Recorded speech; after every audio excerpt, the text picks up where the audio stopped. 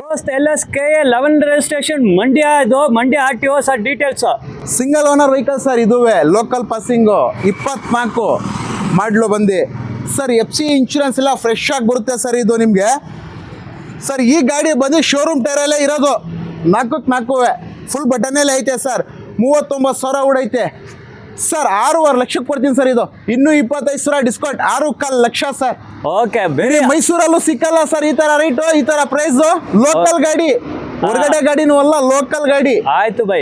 ನೋಡಿ 25,000 ನಿಮಗೆ ಡಿಸ್ಕೌಂಟ್ ಕೊಡ್ತಾ ಇದ್ದಾರೆ.